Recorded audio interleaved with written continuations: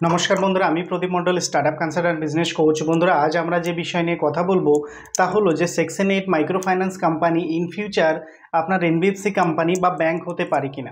अनेक फाइनान्स बंधुरा आमादेर कल करे एबं मेसेज करे जानते चेयेछेन जे सर आमरा तो बंधनके देखे आमरा काज शुरू करेछि, बंधनও तो सेइभावे काज शुरू करेছে, ता आमरा जोदि सिमिलार भावे काज शुरू करी आमादेर जे सेक्शन 8 माइक्रो फाइनान्स कोम्पानी थाकছে सेई सेक्शन 8 माइक्रो फाइनान्स कोम्पानीकेই इन फ्यूचार आमरा एनबीएफसी करते पारबो किना বা এনবিএফসি থেকে আমরা ব্যাংকে কনভার্ট করতে পারবো কিনা তার প্রপার আমরা কোনো গাইডলাইন্স পাচ্ছি না বা স্পেসিফিক কোনো আমরা ভিডিও পাচ্ছি না বা স্পেসিফিকভাবে আমরা কোনো তথ্য পাচ্ছি না যার ভিত্তিতে আমরা ইন ফিউচারে কাজ করব।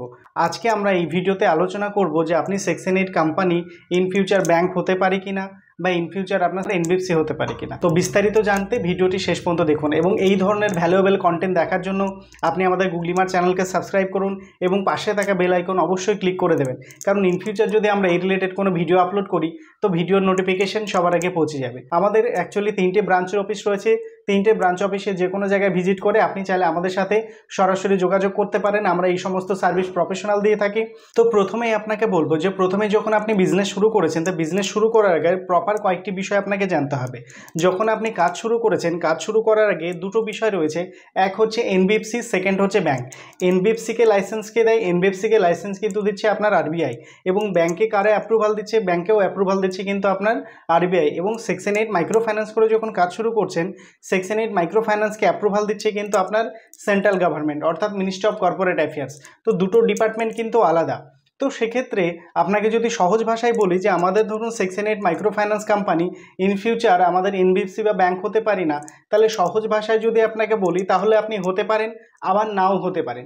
তাহলে যদি আমার সেকশন 8 কোম্পানিকে যদি আমি কনভার্ট করি এনবিএফসিতে তাহলে তার কি কি সম্ভাবনা রয়েছে বা আমাদের কি কি জায়গায় অসুবিধা রয়েছে, বা প্রপার যদি আমি এনবিএফসি কোম্পানি করে রেজিস্ট্রেশন করতে যাই তাহলে তার জন্য প্রপার রুলস আমাদের কি রয়েছে। তো প্রথমে আলোচনা করে দেখব যে প্রথমে যখন আপনি সেকশন 8 কোম্পানিকে এনবিএফসিতে কনভার্ট করবেন তো এনবিএফসিতে কনভার্ট করার আগে সেকশন 8 রুলস কি বলছে, অর্থাৎ সেকশন 8 রুলসে বলছে, অর্থাৎ সেকশন 8 রুলসের যদি 4 নম্বর পয়েন্ট আপনি দেখেন সেখানে প্রপার বলা হচ্ছে যে সেকশন 8 কোম্পানি কিন্তু এনি কাইন্ড অফ কোম্পানিতে কনভার্ট হতে পারে। অর্থাৎ দেখা যাচ্ছে আপনি যখন সেকশন 8 কোম্পানি করছেন তো নামের শেষে আপনার কি থাকছে? ফাউন্ডেশন বা অ্যাসোসিয়েশন বা ফেডারেশন। সেই কোম্পানিকে আপনি কিন্তু প্রাইভেট লিমিটেড বা নিধি কোম্পানি বা আপনি এনবিএফসি কোম্পানিতেও কিন্তু কনভার্ট করতে পারেন, যেখানে কিন্তু প্রভিশনে আপনার প্রপার লেখা আছে। এখানে কিন্তু আমরা দেখতে পাচ্ছি যে সেকশন 8 কোম্পানি কিন্তু এনবিএফসি হতে পারে। নেক্সট যদি আপনাকে বলা হয় যে রিসেন্ট যে আরবিআইয়ের সার্কুলার রয়েছে সেই সার্কুলারে আপনাকে প্রপার বলা আছে যে সেখানে কিছু সেকশন বলা আছে, যেমন under section 45 I, under section 45 IB বা আন্ডার সেকশন 45 আইসি, এই সমস্ত বিষয়গুলো কি এগুলো নিয়ে অলরেডি একটি ভিডিও করা আছে। ভিডিও ডিসক্রিপশনের লিঙ্ক আমি দিয়ে দেবো, যেখানে গিয়ে আপনি টোটালি দেখে নিতে পারেন। তবুও হালকা আপনাকে একটা ওভারভিউ দিই যাতে বুঝতে আপনার সুবিধা। অর্থাৎ আন্ডার সেকশন 45 আই কি বলা হচ্ছে যে আপনি যখন মাইক্রো ফাইন্যান্স নিয়ে কাজ করবেন আপনাকে প্রপার কিন্তু আরবিআই লাইসেন্স নিতেই হবে। আন্ডার সেকশন 45 আইবি কি বলা হচ্ছে আপনাকে কিছু পার্সেন্টেজ আপনার হচ্ছে গভর্নমেন্ট অ্যাপ্রুভ সিকিউরিটিতে আপনাকে ইনভেস্টমেন্ট করতে হবে। এবং আন্ডার সেকশন 45 আইসিতে কি বলা হচ্ছে যে আপনার প্রফিটের 20% রিজার্ভ সারপ্লাসে আপনাকে কিন্তু রাখতে হবে ইন ফিউচার কোনো কাজ করার জন্য। তো সেক্ষেত্রে আপনার সেকশন 8 কোম্পানি যদি অ্যাসেট সাইজ 100 কোটি টাকা ক্রস করে যায় তাহলে সেক্ষেত্রে সেকশন 8 কোম্পানিকে কিন্তু এনবিএফসি কোম্পানির জন্য অ্যাপ্লিকেশন করতে হবে এবং উইদিন 3 মান্থ আপনাকে 3 মাসের মধ্যে অ্যাপ্লিকেশন করতে হবে। এবং অ্যাপ্লিকেশন যদি না করা হয় তাহলে সেক্ষেত্রে কিন্তু রিজার্ভ ব্যাঙ্ক অফ ইন্ডিয়া আপনার কোম্পানিকে হিউজ পরিমাণে আপনার পেনাল্টি চার্জ করতে পারে। তো সেক্ষেত্রে যদি এখানে দেখা যায় যে আমার কোম্পানির অ্যাসেট সাইজ যখন 100 কোটি টাকা ক্রস করে যাচ্ছে সেক্ষেত্রে সেকশন 8 কোম্পানি কিন্তু এনবিএফসি কোম্পানি হতে পারে। এখানেও কিন্তু আমরা একটা সম্ভাবনা দেখলাম।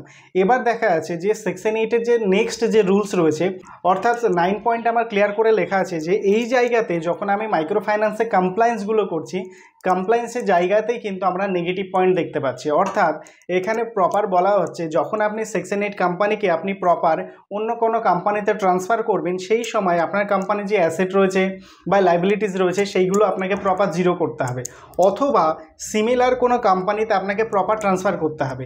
এখানে ধরুন অনেকে ভাবেন যে আমি ধরুন সেকশন 8 কোম্পানি করছি আমি এটা কনভার্ট করে নিলাম, কনভার্ট করে নিলে তো আমার সেটা শিফট হয়ে যাচ্ছে, এটা কিন্তু একদমই নয়। আপনার রুলস অনুসারে কী বলা হচ্ছে আপনার যে প্রপার অ্যাসেট রয়েছে বা আপনার যত লাইবিলিটিস রয়েছে সমস্ত কিছু আপনাকে জিরো করতে হবে। জিরো করার পর আপনাকে শুরু করতে হবে, যেটা কিন্তু প্র্যাকটিক্যালি কোনোভাবেই পসিবল নয়। অথবা আপনার সেক্টরে কাজ করছে সিমিলার এরকম কোনো সেক্টরে কাজ করছে এরকম কোম্পানিতে আপনাকে প্রপার ট্রান্সফার করতে হবে। তাহলে এই জায়গাতে গিয়ে আমরা যদি দেখি দুটো প্র্যাকটিক্যাল জিনিস কিন্তু আলাদা হয়েছে, যে ক্ষেত্রে কিন্তু আমার প্রপার চান্স রয়েছে যে আমি সরাসরি শিফট করতে পারছি না। তার মানে কি সেকশন 8 কোম্পানি হলো আলাদা এবং নেক্সট টাইম যখন আমি এনবিএফসি করব সেটি হচ্ছে কিন্তু সম্পূর্ণ আলাদা। এক্ষেত্রে দেখা যাচ্ছে যখন আমরা সেকশন 8 করে কাজ করছি সেই সেকশন 8 কোম্পানিকে আমি কোনো রকমভাবে কিন্তু কনভার্ট করতে পারছি না অ্যাজ পার ল। এবার এখানে আমরা দেখেছি যে যখন আপনি এনবিএফসি করে রেজিস্ট্রেশন করবেন তো রেজিস্ট্রেশন করার অ্যাকচুয়ালি কী প্রসেস রয়েছে, সেখানে কি কন্ডিশন রয়েছে। যখন আপনি এনবিএফসি রেজিস্ট্রেশন করবেন তখন আপনাকে কী করতে হচ্ছে, আরবিআই লাইসেন্স নিতে হচ্ছে, 5 কোটি টাকা পেড আপ ক্যাপিটাল দেখা হচ্ছে, 2027-এর মধ্যে আপনাকে 10 কোটি টাকা পেড আপ ক্যাপিটাল আপনাকে দেখাতে হচ্ছে। তো সেই সময় আপনি দেখানোর সাথে সাথেও আপনার থেকে কিন্তু এক্সপিরিয়েন্স চাইবে, অর্থাৎ আপনি চাইলেও কিন্তু সরাসরি এই মুহূর্তে আরবিআই লাইসেন্স আপনি পাবেন না, আপনাকে প্রপার এক্সপিরিয়েন্স শো করতে হবে। তো সেক্ষেত্রে আপনি যখন সেকশন 8 কোম্পানি রান করলেন, আপনার কোম্পানির যে পোর্টফোলিও রয়েছে, যে আপনার যে এক্সপিরিয়েন্স রয়েছে, সেই এক্সপিরিয়েন্সই আপনাকে কিন্তু এনবিএফসি কোম্পানি পেতে সাহায্য করবে। অর্থাৎ আপনি যে সেকশন 8 কোম্পানি রেজিস্ট্রেশন করছেন এটার কিন্তু নিডফল আপনার জিরো নয়। সেকশন 8 কোম্পানিতে আপনি 100 কোটি টাকা পর্যন্ত বিজনেস করলেন, এরপরে ধরুন আপনার কিছু পসিবিলিটি রয়েছে যেখানে আপনার কনভার্ট হতে পারে, কিছু পসিবিলিটি রয়েছে যেটি কনভার্ট নাও হতে পারে। এবং নেক্সট আরেকটি যেটা পয়েন্ট বললাম, যদি আপনি সরাসরি এনবিএফসি যদি অ্যাপ্লিকেশন করতে চান তাহলে অ্যাপ্লিকেশন করার সময় আপনার কি কন্ডিশন বলা হচ্ছে যে আপনাকে প্রপার এক্সপিরিয়েন্স শো করতে হবে। তাহলে সেক্ষেত্রে আপনি যখন সেকশন 8 কোম্পানি রান করবেন সেখানে তো ম্যাক্সিমাম আপনি বিজনেস করেছেন, তার নিশ্চয়ই পোর্টফোলিও রয়েছে, তার নিশ্চয়ই কোনো এক্সপিরিয়েন্স রয়েছে।